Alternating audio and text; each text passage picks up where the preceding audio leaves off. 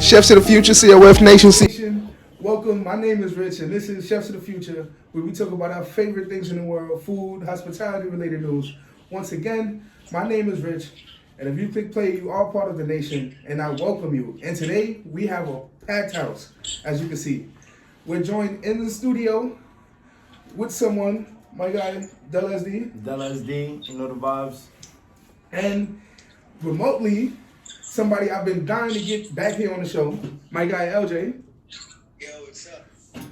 LJ, thank you for taking time out on your day off to stop past and share your thoughts on a couple issues that we're discussing here on the show. Yeah, no problem, man. So since you're doing this remotely, we're gonna start off with you. And I just want to give the COF Nation, you was here on season 1, so thank you for that again. You had a positive reception. People were saying, hey, you know, who was that? We would love to see him back in person, especially since you made the adaptation to video and people can see us.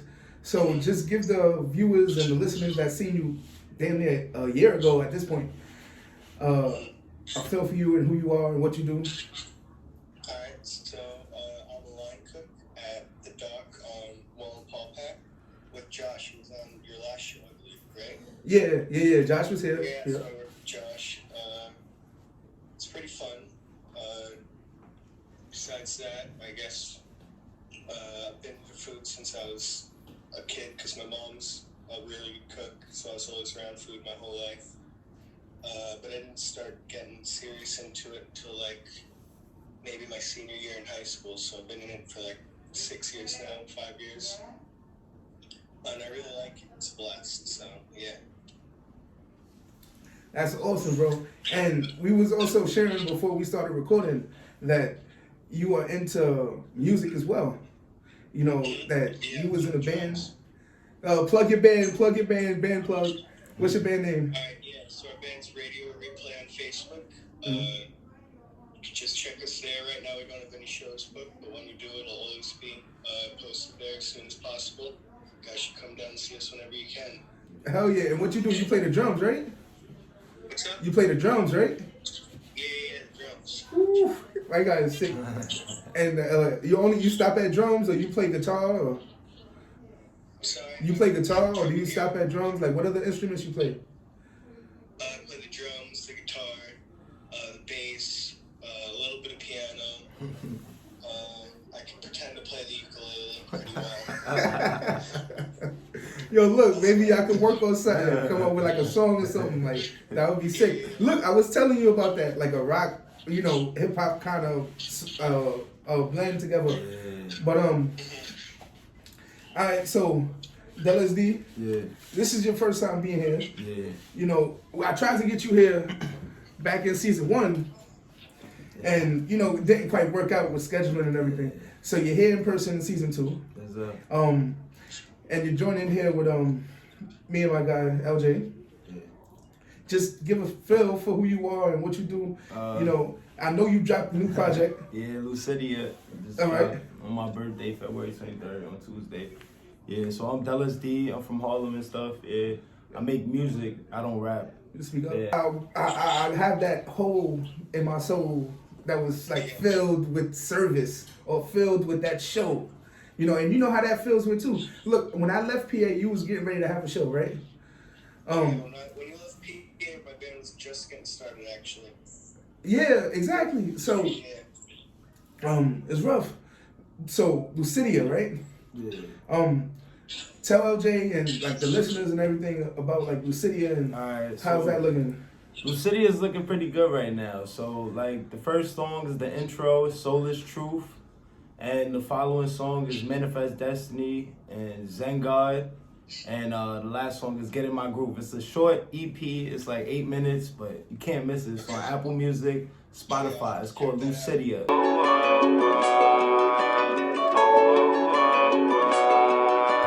Everybody wanted on that tape, but I was like, nah, that song is too hot right now. 21K views on YouTube. Yeah. Now look, I heard the album, LJ, I'm not gonna lie, it's nice. It's fire. And it has that vibe that was just it surprises you because you look at it on the surface and you expect one thing, but when you dive into it, it's so much deeper, you know, and it has like the trippy art, and you know I'm gonna be posting like a whole bunch of vids and clips, you know, throughout this little thing, so you'll be able to get a vibe for it. I know we're gonna move on to a live performance later on, so later on in the show you'll be able, or another episode, you'll be able to see and hear, like, you know, get a better feel for the album. What's up, y'all? It's Dallas D. I'm here at Chefs of the Future, and this is Save for the Food. Wait, let me bust my move. Hold up, wait, let me get in my groove.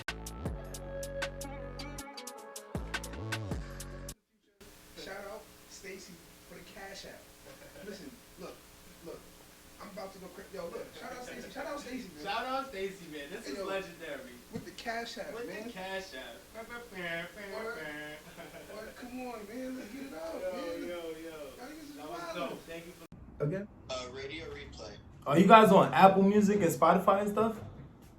No, we're just on Facebook right now. Oh, you live performers. That's a real band. Yeah. Yeah. We're just getting started. We haven't played that many shows either because right when we started, like 2 weeks after, everything shut down, so all of our shows. Yeah, that's kind of the same thing that happened to me. I did one show, and then Corona came and took all my shows off the board. Like, it sucked. We could have been stars. We could have been stars. Yeah. So, all right, so LJ, while you here, I do want to get your feel on a couple topics pertaining to the food industry, and we got an interesting subject with us, Dallas D, because he could give us a perspective from a customer. You know, so you work in the back, we work in the back, you know, all day. We cook the food. We feel the way we feel on different varying degrees about, like, how safe we are while we're at work.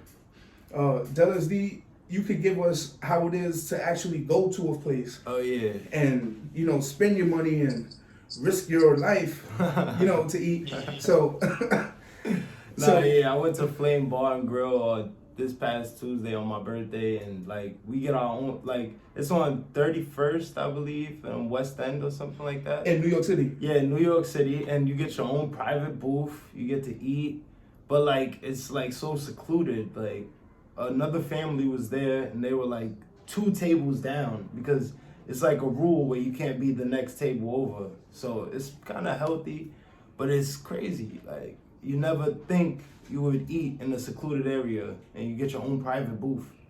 Like before, back then, you used to have to pay extra for that. Didn't you? Like executive suite. Like now they just give you that shit.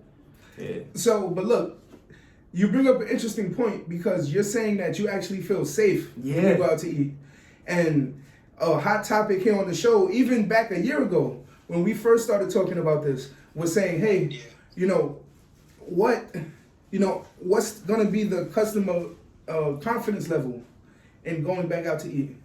How is that going to look? You know? Yeah. So for him to say, hey, look, I went out to eat, and not only did I feel safe, but I kind of prefer it this way. Yeah, you know, the pandemic changed it for the better. I kind of like it a lot because just when you don't have as many people around, it's kind of more relaxed and it's more of an intimate experience with whoever you're eating with. Exactly. Uh-huh. You see it, yeah. Yeah. Especially when you go to bars and stuff, they have like a 90-minute limit. Like you can't stay there till the whole night. Like you get 90 minutes and then you're out of there. Next crowd. So like it's like more, you can do more efficient bar hopping, I guess, if you want, if you will. Like, yeah. So, like, have you went out since like on your day off, since the pandemic kind of I subsided? try to get out as much as I can now, but there's really not much to do around in Northeast PA, if I'm going to be honest. Oh, Yeah. But no, I try to get out as much as I can to all the restaurants that I like. I'm really happy that they're actually staying open because I know a couple of restaurants I heard around here almost got shut down because of this. Yeah, really hit this area really hard.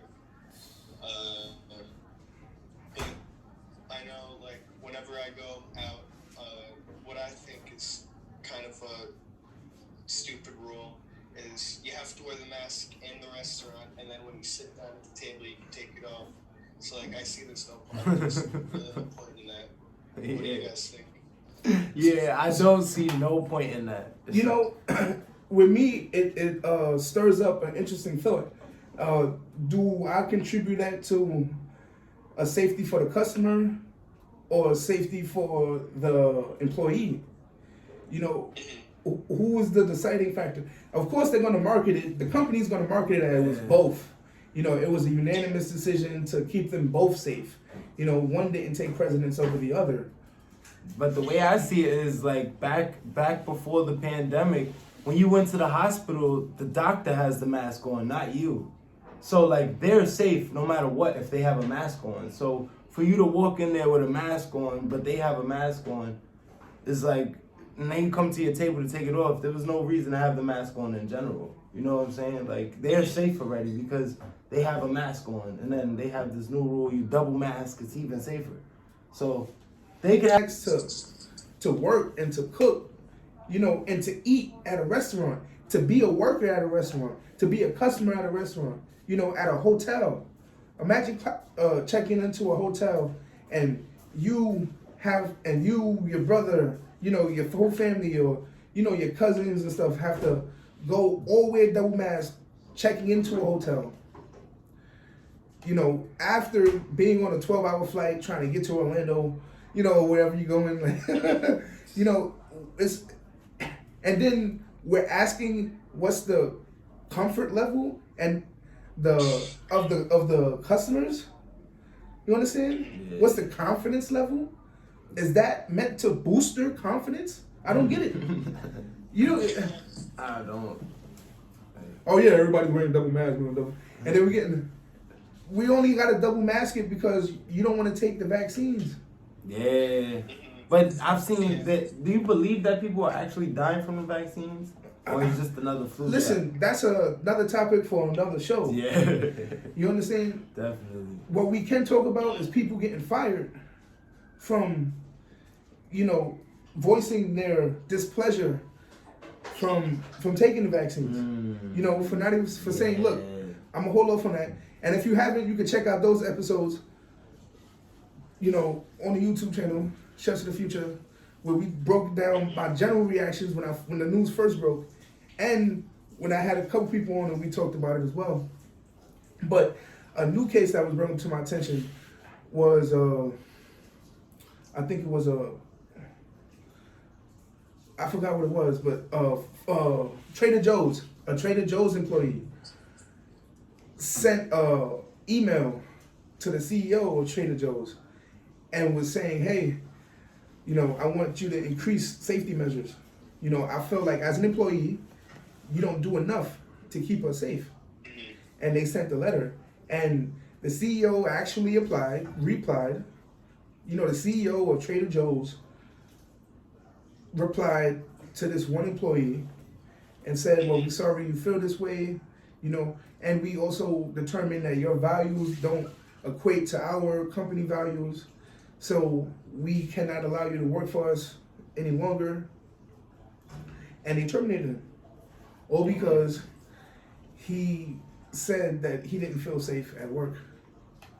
And he stressed that opinion directly to the CEO of Trader Joe's.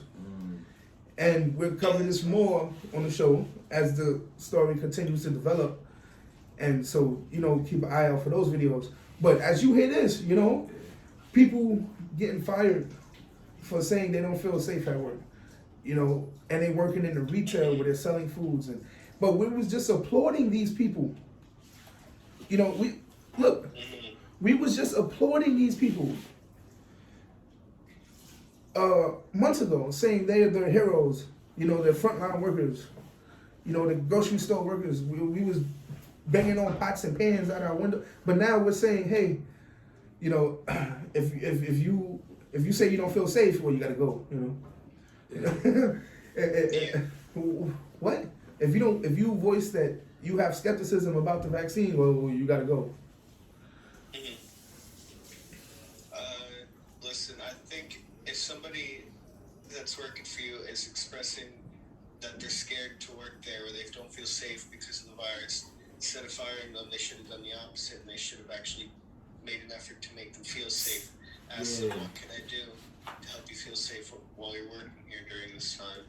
You know, because that's just, that I feel like would be the more professional thing to do. I think they handled it in a completely wrong manner. Yeah, I feel like that's kind of against the law, like safety work environments and shit. Like, Now, let's not go that far, right? It's not against the law. They're a private company, you know? If you make the determination that you want to go against policies that they implemented, then it's in their right to terminate you. Let's not go that far. But I don't think, also, because if you don't feel safe, that's you working for them, so you should be safe in any situation. Absolutely. Like, even if the building is burning to the ground, you should be safe. Like, you're working there, you're working for them, like, so they should be able to like at least come to a common ground with you on what you could do. Like, but look, maybe poke a hole in your mask or some shit. Like, all right, so no one is specifically okay. If you work at Chipotle, right? yeah. If you work at Chipotle, no one is forcing you to get up out of bed every morning. You know, go to work at Chipotle. You know, no one's doing that. You're willingly getting up every morning, choosing to be a Chipotle employee. Yeah, but let's say you worked at that Chipotle for 7 years. Now they're gonna fire you because Of choice. Listen, there's no one forcing you to be a Chipotle employee. You're choosing this, loyal employee. and because you're choosing this, you're signing that moral obligation, that moral contract. You understand? That you're consenting to their policies, to heed by their regulations, because you're willingly going to work every single day. You know, that's just it. You know, and look, I could point to things where I was displeased at work, right? And when I was wrong, and I took a step back, and I had to analyze it, I corrected my actions. You know, and when I had to apologize, I did so. But you know, so all right, let me get my position on this clear. I'm not against the vaccine. I'm not against the vaccine. Any vaccines. I'm not against people getting vaccinated at all. Where I stand on it is I want people to have an opportunity to say no without fear of retribution. You know, without fear of saying, oh man, I'm gonna lose my job if I want more tests to come out before I personally take it.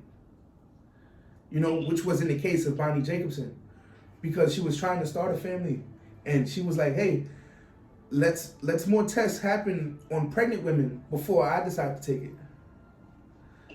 But they was like, oh, whoa, you gotta go. Wiggity. Yeah. So. Some people good. Yeah. Now. That sucked though. Oh, in the case, I don't feel safe enough at work. You know, you voice that opinion. You gotta go. I feel like that's a big part of like those high ranking jobs. Like, you can't even voice your opinion because you're out of there. Like, you know, you touch on a great point. Yeah. Because it comes on to if it's a double mask mandate, right? The way a place, a mom and pop owned brick and mortar like freestanding restaurant will handle that policy is totally different than how a corporate run kitchen would handle like a Chick-fil-A. Yeah. So in a place like where I work, random shit. It would be implemented, and it would just be, look, this is how it is. You know, double mask. It has to be done. You get it done. You know, and everyone has to fall in line.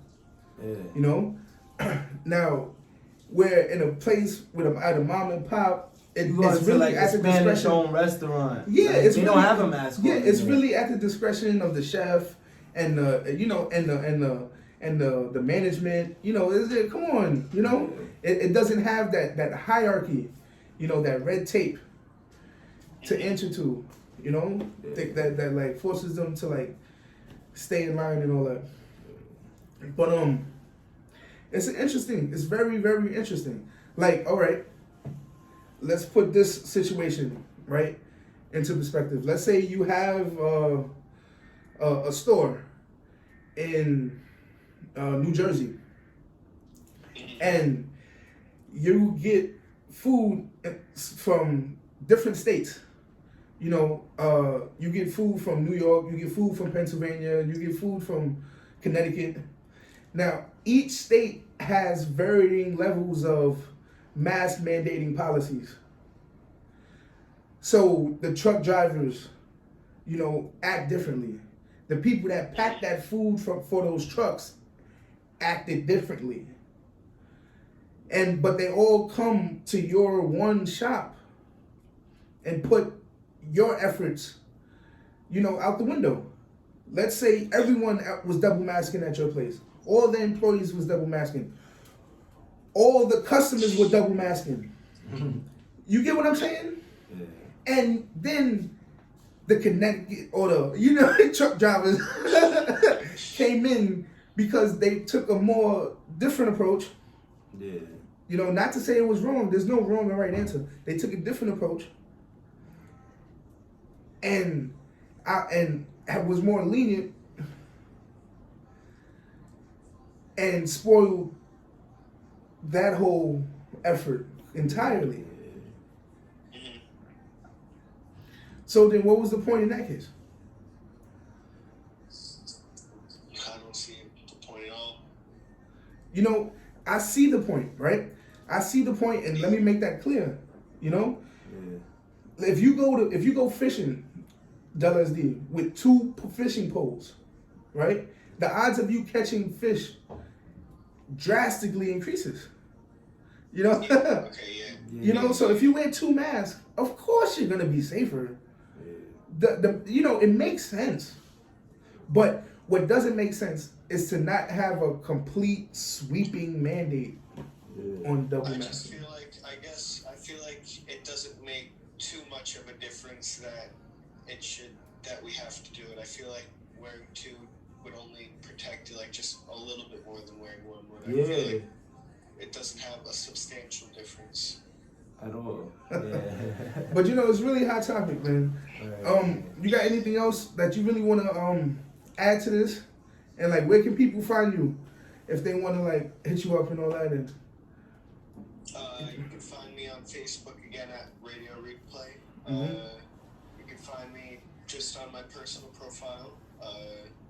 Besides that, that's really all the social media I have. I'm not a huge social media person. all right, copy. So again, it's another plug, Radio Replay. Yo, thank you. You added a lot to today's conversation, and I'm glad I was able to like have y'all meet each other. Yeah, word. Hell yeah, Yeah, hell yeah. stay blessed, bro. It's nice seeing you, man. Yeah. Yo, I hope you like, you know, you enjoyed today and you're willing to stop past again. And Definitely. there's definitely things that we're gonna want your opinion on. Occasionally, like we're gonna try to drag you here weekly if I can, like, you know, just to get your feedback on things that may come up. Like, hey, what do you feel about this? You know what I mean? Okay, man. You get Yeah. that should be fire. So thank you for stopping past, bro.